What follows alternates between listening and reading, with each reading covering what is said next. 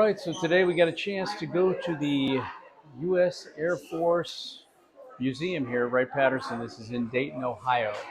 So Miss Lorraine and I got a chance to check this out, and come on along. Let's take a look.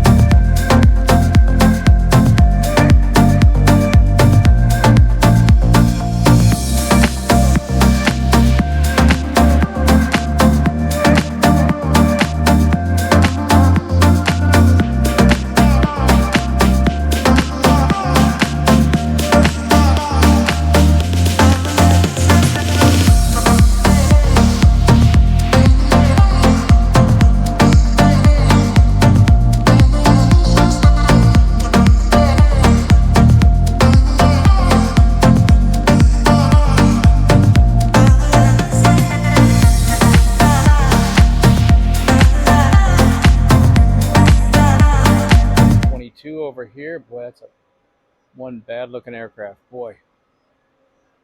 And then above it, I think that's I want to say a UCAV.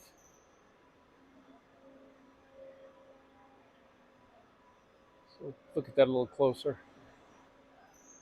Yeah, you gotta love this F-22. Look at that. Oh, Raptor. One beautiful aircraft. And what makes it so much different than other aircraft of other generations, like we're looking at the Vietnam era stuff, is aside from its stealth, and of course it's got phenomenal engines, but all of the weapon systems are inboard, so that there's no missile profiles, which would essentially allow a ground radar, to detect it. So all this stuff is tucked up internally until they launch the missiles. Amazing. Yeah, so it's called the Bird of Prey, which is this, I don't know what generation aircraft that would be, but that is pretty wild looking. Look at the underside go. Bird of Prey, stealth technology demonstrator. This thing actually flew. Wow, amazing. All right, so you got this guy set up for the Iraq War, because you forget that in the 1991 Gulf War, we saw these aircraft all the time. So the Air Force flew them. This particular configuration, again, anytime you see the glass up front, this was a reconnaissance aircraft.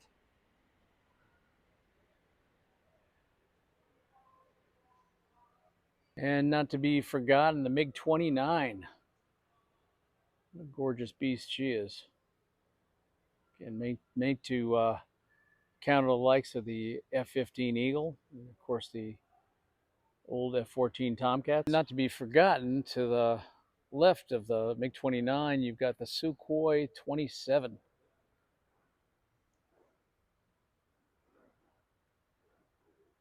Definitely bigger than the MiG-29, that's for sure. I didn't realize the difference of the sizes.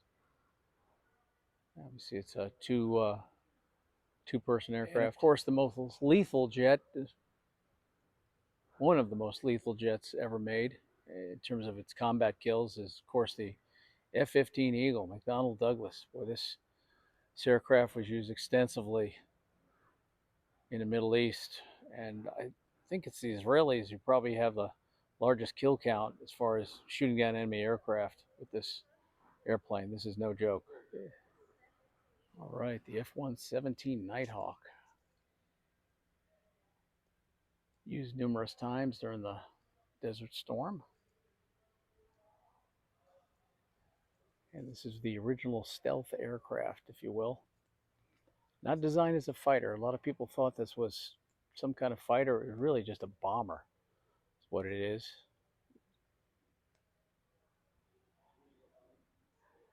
It's operational, would be flying into enemy-held territory, undetected, of course, because of all the stealth technology, and dropping its payload and then getting out. It doesn't fly very fast either. And if you notice, with all these control surfaces, there isn't a lot going on here in terms of rudders or anything else, stabilizers. It was really flown by a computer.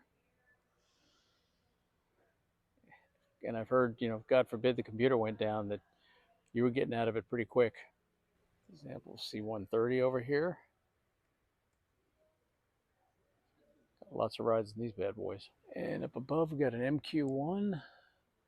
It's the first generation of the General Atomics unmanned series.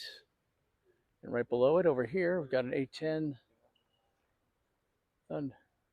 See, A-10 Warthog. There we go. Big old CH-53. My son-in-law flew this in the Marines. This is obviously an Air Force version of it. And right above it, I don't know, ironically, is the air-launched cruise missile, which my wife worked on back in the day when she was working at General Dynamics. Small world. Son-in-law, wife. Go figure. All right, we've got a neat version of a CH-60. It's a Blackhawk. You know, it's Air Force trim. It's got the 50 cal sitting there mounted on the side. Crew chief over here. Got the pilot and co-pilot up front.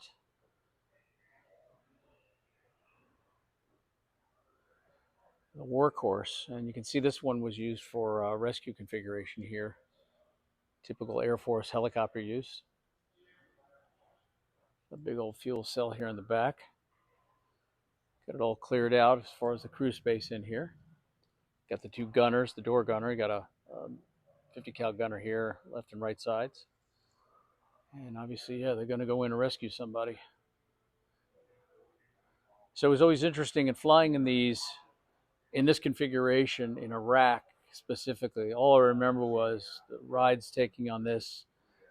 The whole crew compartment, interior compartment, just covered with a fine coating of sand. It always amazed me how well these flew, particularly when in Iraq, where everything was covered in sand, especially all these open surfaces like this. But I always remember looking up front into the, sitting back here in the aft crew space, looking up front, looking at the pilot, co-pilot space, and just amazed at how they even saw anything, because everything always had a coating of sand on it. It was just amazing. How these things kept flying, I'll never know, but boy, oh boy, they were sure reliable.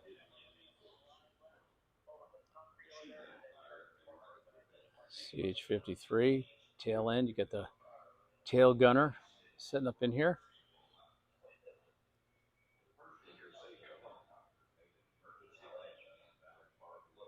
You got the trooper rolling his quad, pulling to the back. And they would deploy with this. I mean, this is not uncommon.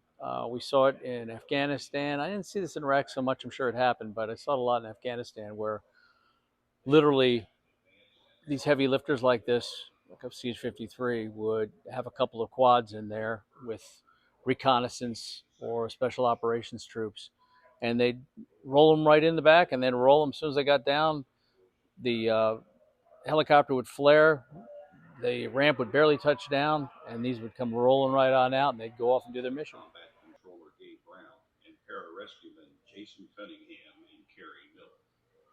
We're woken up at a dead sleep and basically started running to the landing cell and pushing guys to the helicopter. It's personal recovery, so there's a lot of unknowns. The rescue force did not know that Roberts held his position for nearly an hour against multiple enemy personnel. At 6 a.m., as the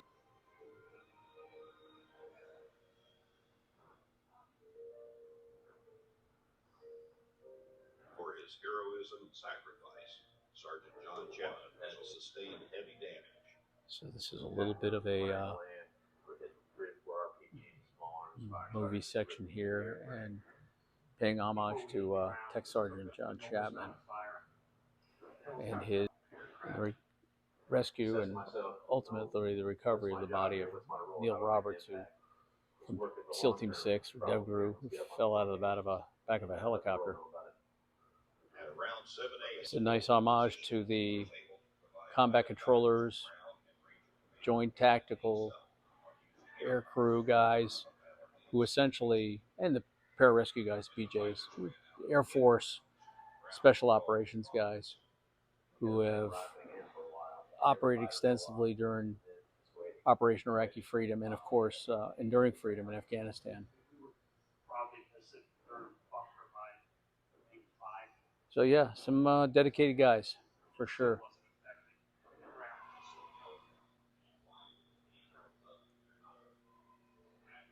so close. And more tributes to the Air Force combat control guys, pararescue,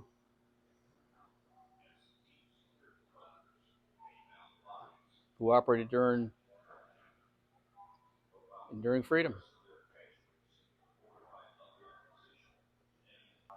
And let's not forget about the beautiful B-1 bomber, which is still in service. Saw them in Qatar. And they're still out there, to my knowledge. One sleek looking bomber. So I think that's all we have right now in the inventory is the B-52s, the B-2, and this bad boy, B-1.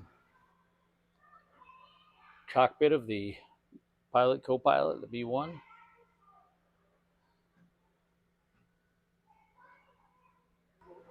Right, a great example of what it looked like at at a DFAC here. Although I got to admit, Air Force folks usually eat really well. I've actually been overseas, particularly in Iraq, where they actually had china and silverware eaten at the Air Force Chow Hall. It got pretty rough though when we did Army style, where boy oh boy, you're lucky you had the tent to eat under, because a lot of the stuff came right out of a can and you just ate what they gave you, slop it on your plate. And of course, air conditioning rarely worked, so it was a hot meal, all right.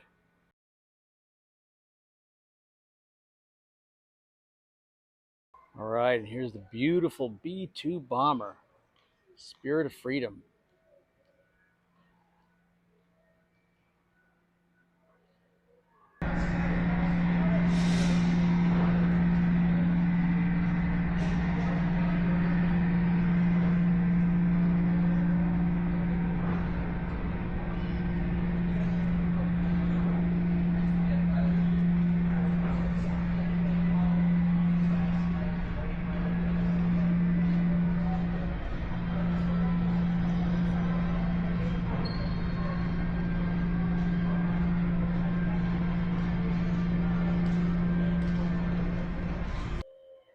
Another angle for the B-2.